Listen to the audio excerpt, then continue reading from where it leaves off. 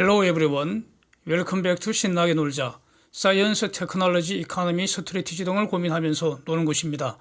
이 영상은 새벽에 올린 영상에 대해서 사진과 같이 댓글로 오류를 지적해 주셔서 이를 수정하여 다시 올리는 것입니다. 저도 이 내용 5월부터 잘 알고 있었고요. 이런 내용으로 수정된 내용으로 방송도 했었는데 제가 잠시 착각을 한 것 같습니다. 댓글 주신 분께 다시 감사를 드립니다. 기준금리는 시장의 예상대로 75bp 올렸고요. 시장의 예상이라는 것은 사진처럼 패드워치의 금리 인상 확률 분포를 말합니다. 75bp 올릴 확률 90% 이상으로 시장이 예상한다, 이런 의미입니다. 이 확률을 분포로 계속 바뀌는데, 다음 사진 보시면은 처음에는 좀 오래전에는 50 인상 확률이 90% 이상이었습니다. 근데 이게 중간에 보면은 이 확률이 변해서 50 확률은 조금 내려가고 75 올릴 확률이 많이 늘어났죠. 그러다가 FOMC 회의 직전에 75 올릴 확률이 90% 이상으로, 많을 때는 96%까지 갔었습니다. 그래서 이렇게 금리 인상 확률이 변하면서 최근에 주식시장도 큰 폭의 조정을 보이고 이렇게 상관관계가 있었다고 저는 봅니다. 이 사진 잘 참고하시기 바랍니다. 양적 긴축에 대해서는 지난 5월 5일 영상에서 정리한 바와 같이 6월부터 8월까지 매월 만기가 되는 국채 300억 불, MBS 175억 불, 합계 475억 불을 롤오프하는 방식으로, 즉 원금 상환 방식으로 양적 긴축을 실시한다. 이것은 5월 FOMC 회의에서 이미 예고된 내용 그대로 실행한 것입니다. 테이블 1을 보시면은 연준의 전망과 시장 변화에 대응하는 모습 한눈에 파악할 수가 있는데, 표 위에서부터 GDP, 실업률, PCE 물가지수 3월 예상치와 6월의 수정 전망치가 같이 표시되어서 한눈에 파악할 수가 있습니다. 그 밑에는 이제 금리 전망이 나와 있죠. 팬데믹 회복 과정에서 공급망 장애로 수요 공급 불일치가 일어나고, 이것 때문에 이제 인플레이션이 가속되기 시작했는데 유크레인 침략 전쟁으로 상황이 더 악화되었다. 그래서 금년에는 인플레이션이 3월 예상보다 더 악화되고 내년까지 지속될 것 같다. 24년이나 되어야 원래 예상대로 돌아갈 것 같다. 이렇게 전망치를 다 수정을 했습니다. 인플레이션 전망이 수정되면서 경제 성장도 23년, 즉 내년까지는 둔화되고, 실업률은 금년, 내년 24년까지 지금보다 더 나빠진다는 겁니다. 그러나 성장률과 실업률이 다소 악화되더라도 인플레이션 잡는 것이 훨씬 더 중요하기 때문에 금리를 비교적 크게 올리기로 했다. 그래서 금년 말 예상금리가 3.4% 될 것 같다. 내년에는 3.8%까지 올라갈 것 같다. 이렇게 전망을 한 겁니다. 금리 인상이 내년까지 가속된다, 이렇게 정리하는 것이 맞을 것 같습니다. 자, 이것을 그림으로 이제 제공해 주고 있고요. 훨씬 더 시각적으로 파악할 수 있습니다. 점도표 보시면은 이 점의 숫자가 전부 18개입니다. 이것은 참여자들, 즉 투표권이 있는 연준 위원들의 숫자입니다. 그래서 1인 1점을 찍은 것으로 이렇게 이제 이거 보는 방법은요, 밑에서부터 9개를 카운팅, 세는 겁니다. 점 숫자를. 그래서 9번째, 10번째 그 사이 되는 그 금리 수준을 보면 되는데, 지금 22년 위에를 가만히 보면은 3.5% 그 금리선 밑에 있고, 23년 내년은 4% 금리선 밑에 있는 모습이 확인되지 않습니까? 이걸 숫자로 보여진 게 테이블 1에서 금년 말 3.4%, 내년 3.8% 그런 숫자가 그런 뜻입니다. 이제 스테이트먼트를 한번 보겠습니다. 1분기 경제성장 마이너스로 나온 거, 그걸 이제 다운된 거다, 이렇게 이제 표현을 하는 것 같고요.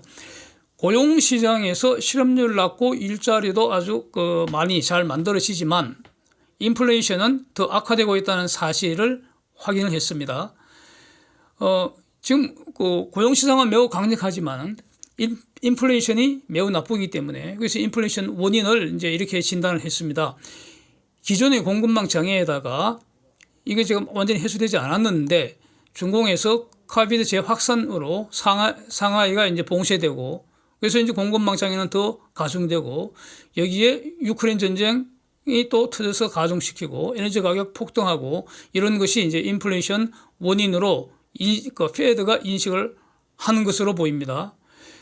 그래서 지금 그 연준의 헌법상 책무를 다시 확인을 합니다. 물가 2% 유지하면서 막으면서 물가 2% 유지하게 하면서 최대 고용하는 것이 연준의 임무다, 미션이다 확인하고 이제 이걸 하기 위해서 두 가지를 결정하기로 했다는 겁니다. 최대 고용의 목표는 일단 달성된 것으로 평가하기 때문에 물가가 목표보다 훨씬 높고 이것이 내년까지 가속될 것 같으니까 물가 상승, 인플레이션 고삐를 확 낚아채기 위해서 정책 두 가지를 동시에 실시한다는 겁니다. 기준금리 1.5에서 1.75%로 올리고 그다음에 5월에 예고한 대로 양적 긴축을 시작하겠다 이겁니다. 그래서 금리는 이렇게 뭐 올렸고요.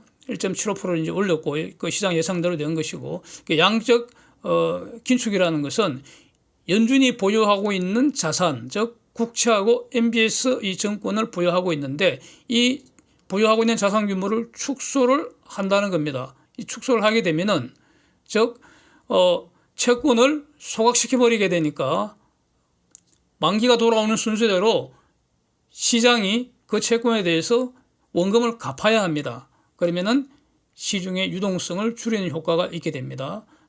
즉 양적 완화의 반대 과정입니다. 양적 긴축은 지난 3월 FOMC에서는 금년 중에 하겠다 이 사실만 예고를 했고요. 5월 회의에서 구체적으로 6, 7, 8 이 3개월 동안은 월 475억 불 수준으로 실시를 하다가 9월부터 월 900억 불까지 늘리겠다 이렇게 시장을 이미 예고를 했었고요. 이번에 그대로 시작을 하게 됐습니다. 즉 6월과 7월에 이제 만기되는 국채 중에서 300억 불까지는 롤오프 시키고 그다음에 MBS 정권은 175억 불까지는 롤오프 시킨다. 롤오프라는 것은 만기 연장 안 해주고 만기되는 거 원금 상환하도록 한다는 겁니다. 그래서 원금을 상환받으면은 그 채권은 더 이상 정권이 아니고 그러니까 휴지가 돼버리지 않습니까? 그러니까 소각 처리해버려야죠. 그렇게 해서 연준 자산은 축소되고 시장의 돈도 사라지는 겁니다. 그만큼. 이제 그래서 300억 불, 175억 불 넘어가는 것은 롤 오버를 해준다. 즉 만기 연장을 해준다. 이런 뜻입니다. 원래 그 양적 완화를 할 때는 국채 800억 불, 그다음에 MBS 정권은 400억 불씩 매월 1,200억 불 속도로 채권을 매입을 해 주었습니다. 채권 매입을 해 준다는 것은 연준이 시장에서 채권을 사고 채권값 1,200억 불씩 줬다는 거 아닙니까? 근데 연준이 무슨 돈이 있습니까?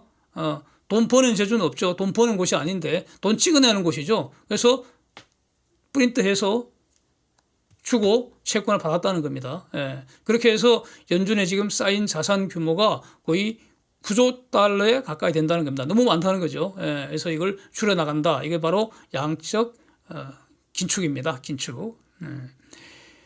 그래서 그 팬데믹 당시에 파웰 의장이 이렇게 그 FOMC 회의를 마치고 비상회의죠. 비상회의를 마치고 기자회견하면서 달러 무제한 풀겠다라고 말하는 것을 제 귀로 직접 들은 기억이 지금도 남아 있습니다. 무제한이라는 그 규모가 결국 한 달에 한 1,200억 불 정도로 풀었다는 겁니다. 그래서 이제 금리 인상보다는 시장의 돈을 회수하는 이 그러니까 양적 긴축이 훨씬 더 강력한 수단이라고 저는 이제 알고 있는데 문제는 이 돈 회수 속도가 돈 푸는 속도보다도 현재 천천히 회수하지 않습니까? 예, 이걸 확인할 수가 있겠습니다.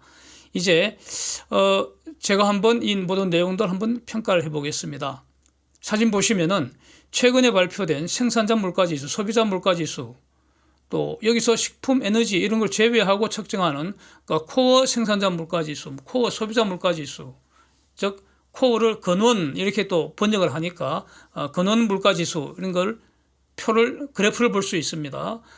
공통적인 거는 뭐 소비자 물가지수는 한 달째 꺾였습니다만 나머지는 거의 대부분 2개월째 정점에서 하락하는 모습, 즉 피크 아웃되는 모습이 분명히 확인이 됩니다. 여기서 생산자 물가지수는 소비자 물가지수의 선행지수로서 매우 중요합니다. 근데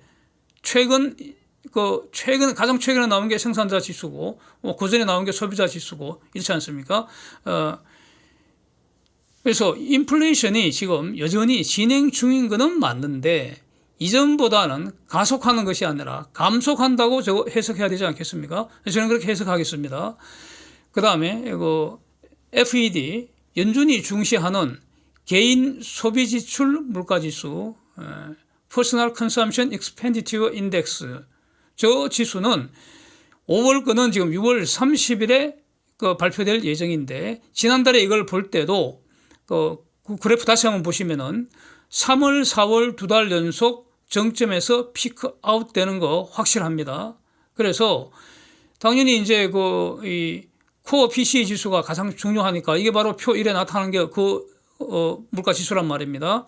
그래서 월말에 발표되는 그 5월 숫자도 추가로 감소하는지 이거 매우 주목된다는 겁니다. 그래서 저는 피크 아웃이 계속 되리라고 봅니다. 그 이유는 이전에 이전 영상에서 여러 번 말씀드렸기 때문에 반복하지는 않겠습니다. 그래서 결론은 인플레이션 매우 중요하긴 하지만 상승 속도는 둔화된다. 감속되는 방향으로 올라간다. 진행된다. 이렇게 들을 수 있겠습니다. 감속된다고 해서 인플레이션이 줄어든다는 것 뜻이 아닙니다. 오해하시면 안 됩니다. 가속도가 줄어들기 때문에 여전히 인플레이션은 늘어납니다. 그러나 늘어나는 속도가 준다는 뜻입니다. 코스피 시장의 이제 방향성에 대해서 지금 상황에서는 이 9월 선물 옵션 시장을 가지고 한번 중요한 인사이트를 얻을 수 있다고 봅니다. 외국인들 파생 포지션은 보시면은 현재 선물 매도 어제 종가 기준으로 선물 매도 1.2조 원이고, 그런데 이 규모는 앞으로 추가로 크게 하락하는 포지션이라고 보여지지 않습니다. 최근에 시장이 크게 거의 폭락한 수준임에도 불구하고 이 선물 포지션, 매도 포지션은 강하지를 않습니다. 지금 선물 매도 1.2조 원은 작은 규모입니다. 큰 규모가 아니라고 저는 보고요. 외국인들이 보유한 현물 자산에 대한 부분적인 해지 수준으로 저는 평가를 하겠습니다. 본격적인 하락 배팅이 아니라는 겁니다. 사실 13일 같은 경우만 해도 그 당시 지수가 거의 100포인트 가량 빠지는 줄 알았죠. 상중에 80포인트, 90포인트 정도 빠진 걸로 기억하는데, 폭락 과정에서 장중에 선물 매도 1.2조 원까지 이렇게 유지를 하다가 장 마감 무렵에 전부 되돌려갖고 순매도 한 5,800억 정도로 마무리를 했습니다. 관련해서 7월 옵션 포지션을 보면은 어제 기준으로 풋 매도, 콜 매수 유지하고 있습니다. 선물 매도 상태에서 풋 매도했다는 것은 추가 하락 베팅이 아니라는 겁니다. 이게 다시 확인이 됩니다. 더블 체크 됐다 이런 뜻입니다. 그래서 개인의 과도한 풋 매수는 대부분 꽝 될 가능성 저는 높다 이렇게 해석하겠습니다. 풋 매수가 꽝이 된다는 의미는 7월 만기 지수가 지금보다 올라간다는 뜻입니다. 물론 오늘 이후에 시장 상황에 대해서 각 선수들이 어떻게 실전 게임으로 진행하는지 여기 이제 좌우될 것인데, 시장은 전망을 하기는 하지만 더 중요한 것은 시장에 대응해야 한다. 이 말씀을 다시 강조하고 싶습니다. 사람은 본능적으로 포캐스팅을 하려고 합니다. 왜냐하면 모르기 때문입니다. 하나님은 포캐스팅 할 필요가 없습니다. 다 아시기 때문이죠. 그러나 인간은 장래를 모르기 때문에, 내일 일은 알 수 없기 때문에 반드시 포캐스팅을 하게 됩니다. 그래서 모르기 때문에 포캐스팅하고 따라서 틀릴 수밖에 없고요. 그래서 맞아봤자 그는 운이 좋았을 뿐이라는 겁니다. 저는 그렇게 봅니다. 그래서 adjust to market, 시장에 대응하는 것이 중요하다. 그러나 전망을 하지 않을 수 없습니다. 모르기 때문입니다. 말장난 아닙니다. 제가 늘 강조하는 표현입니다. adjust to market. Thanks for watching. See you next